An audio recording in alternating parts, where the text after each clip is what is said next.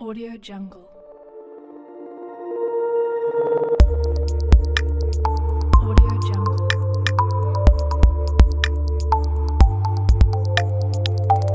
Audio Jungle.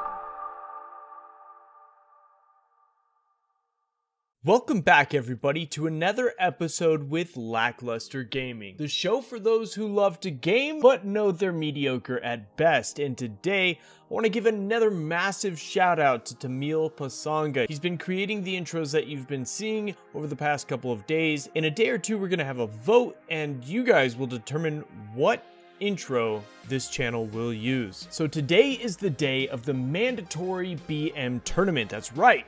At the end of the video, we will have the information and the password for that tournament. Now, the rules are as follows. You must BM your opponent for the duration of the match. I understand that you are only limited to 30 BMs per match, but you have to use all of them. Every single one of them. And the reason we're doing this is because we have so many people complaining about the BM system, even though there is a mute feature. So if you get tilted because of BMs, it's really your fault for not muting. Now, I get BM'd all the time, and in fact, in this video, towards the end, I think it's the last match that we're going to go through, I actually get BM'd right in the middle of a match that I thought was fairly friendly at first, and I ended up winning, I believe. I think we'll have to look, but I was getting BM'd pretty hard, and I was actually getting tilted. Now, speaking of the videos on screen, the deck that I'm using today is a very interesting one. I think I got it off of the leaderboards. I can't remember. In fact, I might have actually got it from Don't Blink 84 or one of his stream followers. And before we get into the deck, I want to let you guys know about Don't Blink. We met at the King's Cup tournament back in November, and ever since we've been real buddy-buddy. He streams daily on Twitch in the mornings, so if you don't have anything to do or if you need to check somebody new out, go and check him out. His streams are amazing, and he hosts multiple tournaments every time he streams. So it's been really fun hanging out with him. I usually, in the mornings while I'm editing these videos for you guys, I'm also watching his streams and participating in his tournament. Now, this footage is actually from his tournament that was earlier yesterday. So it was a perfect opportunity for me to test this deck out because nobody really brings any tryhard decks. Everybody's very friendly except for this one dude, but we'll get to him later.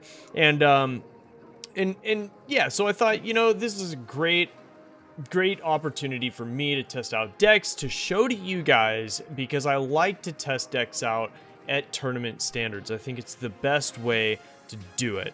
So this deck specifically consists of the Minion Horde, the Miner, the Princess, Goblin Barrel, the Skarmy, the Log, the Furnace, and the Inferno Tower. So you've got two defensive buildings, one of which is a spawner, and one of the most used spawners in the game at the moment, the Furnace. So check that out. Real quick win right there. And if you've been watching, it's an insane Zap Bait deck. This is like Zap Bait 10.0. It's evolving, guys. It's getting crazy, and it's on the leaderboards. I'm pretty sure of it now. So you definitely want to try this thing out. It's a lot of fun to use. It's very fast paced, even with some of the more expensive cards like the Furnace and the Minion Horde and the Inferno Tower. But you have all the makings there to defend against Golem, Lava Hound, and other big, really heavy, slow beatdown pushes. But it's also extremely fast paced, so you're never bored. If you make a mistake, you can recuperate from it very quickly and easily, and that's what I like about decks like this. You don't have to rely on 100% perfection like you do with a Golem or a Lava Hound deck. So let's check out some of the gameplay and I'll explain a little bit about how to use it. Now, some of the people that I'm going up against are very good players. Some of the guys that follow Don't Blink are in some of his stream tournaments, like Surgical Goblin, you've got Mythja, and all of these guys are well above 4,000 trophies. So competing with them at tournament standards is about the only way that I could actually live up to them. And in this tournament I did fairly well. I think I ended up in 10th place at the very end because of Mythja. He beat me. I think he was the only one that beat me, but you know, I didn't play the entire tournament, but that's okay. I decided to hold my spot once I hit 5th just to make sure that I at least stayed up in the top 10. But you see, I'm battling against somebody who has a very, very similar deck, and I think it's a rocket cycle, minor rocket cycle. So both decks have very similar play styles, except his deck is much cheaper, and realistically I think my hog deck would have done a lot better towards this deck, you know, that we're going up against right now, because there is no defensive structure. But basically you're just slowly chipping away at your opponent's tower unless you can sneak in the minor minion combo or the minor goblin combo. And of course the furnace, like I just put down, just very slowly chipping away. If you can get one of those fire spirits to the tower, I think we went over this a day or two ago, but one fire spirit does almost 200 damage to the tower. So if you can get one or two or all of the fire spirits that thing produces to the tower, it's a fairly easy chip all the way down to nothing. So there you go. We're gonna log away those goblins, and he has finally brought out the rocket, which now means that I definitely have to try hard. Excellent play with the with that ice golem there. Unfortunately, it was under-leveled, and I was able to get those skeletons to the tower, that minor tanking for them, so I was able to take it out. And at this point, I just need to defend and make sure that I don't take too much damage, and there you have it. Too easy, right?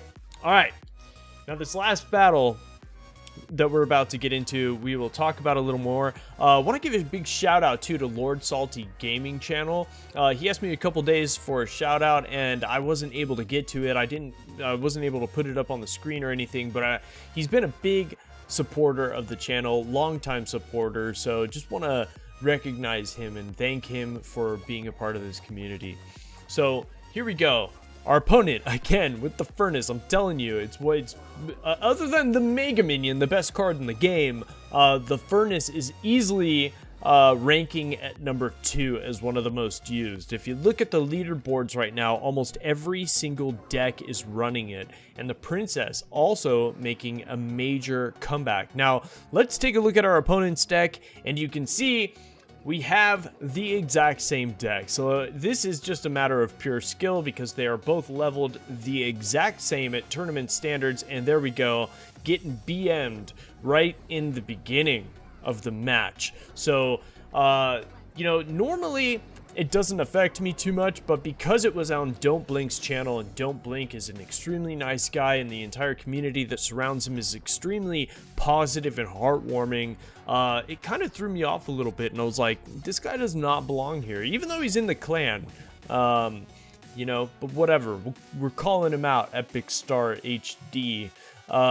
So he goes ahead and places his Princess. I just used my log. He knows that, and that is why he placed it down, just to counter my Furnace. And I'm going to use my Skarmy to counter that minor goblin push, which is a great push for this deck. It has to be timed absolutely perfectly, otherwise it can be wiped out pretty quickly. He used his log on my Skarmy, so I used the goblin minor push right there, did tons of damage, and also put in my Princess, threw down my log, took out his Princess, which was his counter to my Princess, and boom, he had to waste his Skarmy on my Princess. So a ton of elixir spent just defending against one Princess.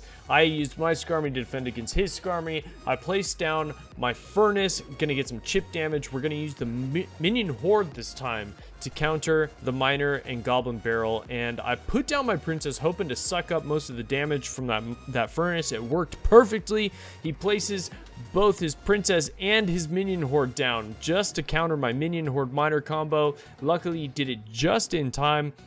And he uses his log, I use my log, it hits his princess and those fire spirits. He throws the miner goblin barrel combo, my furnace takes it out along with my minions, and I throw another goblin barrel, get some damage, and all I need is just one more shot onto that tower. So I send in my miner underneath, and boom, there it is. Now I just got to defend, and will he be able to make it? It's getting really close, and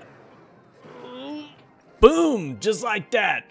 So of course I gotta BM him back for kind of being a bad sport, and that's it.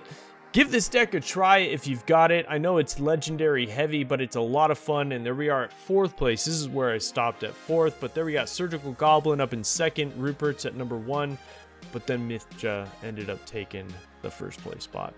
There you have it, guys. I hope you enjoyed it. Let me know what you think of this video and the deck if you try it, and we'll see you tomorrow.